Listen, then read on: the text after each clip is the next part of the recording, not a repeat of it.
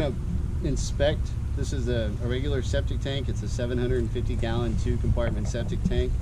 And so what I'm going to do is I'm going to open up this lid on this access riser as well as this one here. And what we'll do is we'll measure the solids in both sides of the compartments.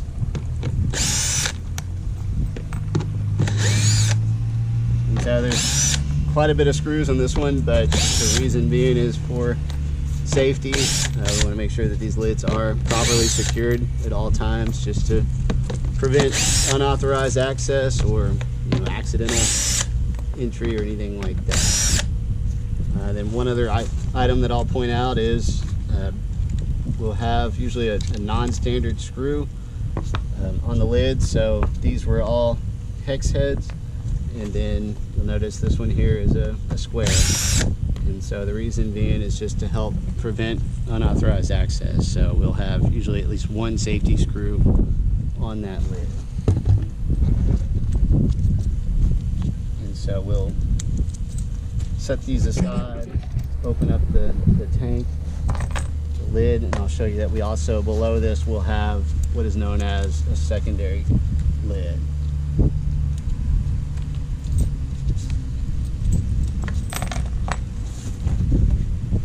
So this is the top of the access port.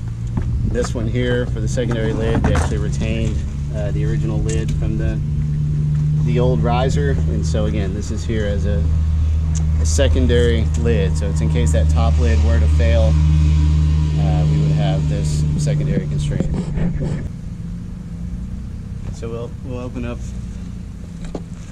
the secondary lid. Anytime you remove a septic tank lid, when we set it down, we always want to flip it over, so that way we're not putting the underside of the lid onto the soil or onto the ground or anything like that, to where it would pick up leaves, debris, or anything like that. And also we don't want any potential bacteria that's on here on our landscaping. So we'll pick it up and set it that way, flip it over.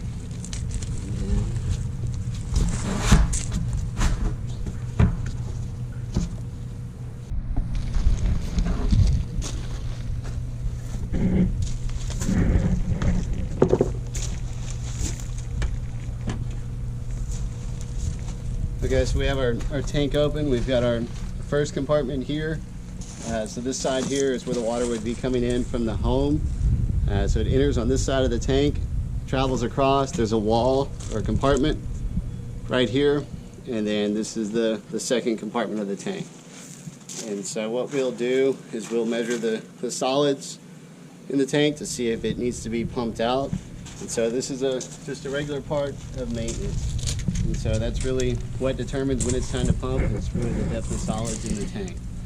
So we'll use this tool here. There's several different manufacturers of these. They're called a sludge sampler. And so what this does is it allows us to see the depth of solids in the tank. And so I'll go here on this first compartment, drop this down into the tank, and then when I get to the bottom, I'll close the valve, and when I lift it up, I will be able to see the depth of solids in the tank. And so you can see there's a tiny bit of scum floating on the top of the tank. It doesn't really show up in here very well, but there's a little bit of sludge. So maybe you can see where the marks are for 1 foot or so. So there's maybe 6 inches or so of sludge in the bottom of the tank. And so what we want to look at is the depth of sludge that's in the bottom plus the floating scum layer, whatever that depth is. If we add those together and they account for roughly a quarter to a third of the total tank capacity, then it would be time to go ahead and pump out the tank. And so there's not very much in the way of solids in here, so this tank is still good, so no need to pump out this one. And so it's still in good condition.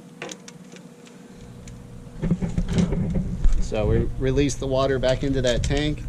We'll go into the next compartment. We'll drop the sludge sampler down in here. And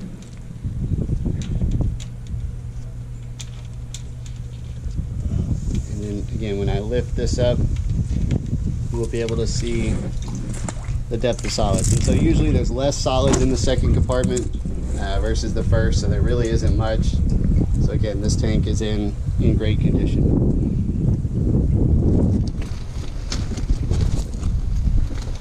And so really these are the things that we look at to determine when it's time to pump out a septic tank. One other thing that this tank has that it's not really a requirement in Texas, so you may or may not have this, but it's an effluent filter. And so I'll go ahead and check that while we're here. And what that does is it's basically a filter that goes into the outlet pipe of the last teeth. And so I will lift it out, and you can see the amount of solids that have accumulated on this effluent filter.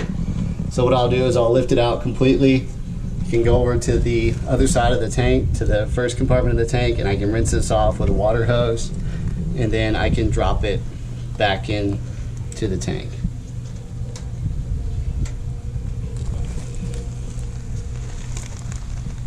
Then also we do have, on this tank, we do have a high water alarm since there is an effluent filter. And so we can test that by either trying to actuate that float switch, or I can come over here and hit the test button as well. So just to make sure that that is operating properly. And so again, this is the typical maintenance that you would see on a regular septic tank.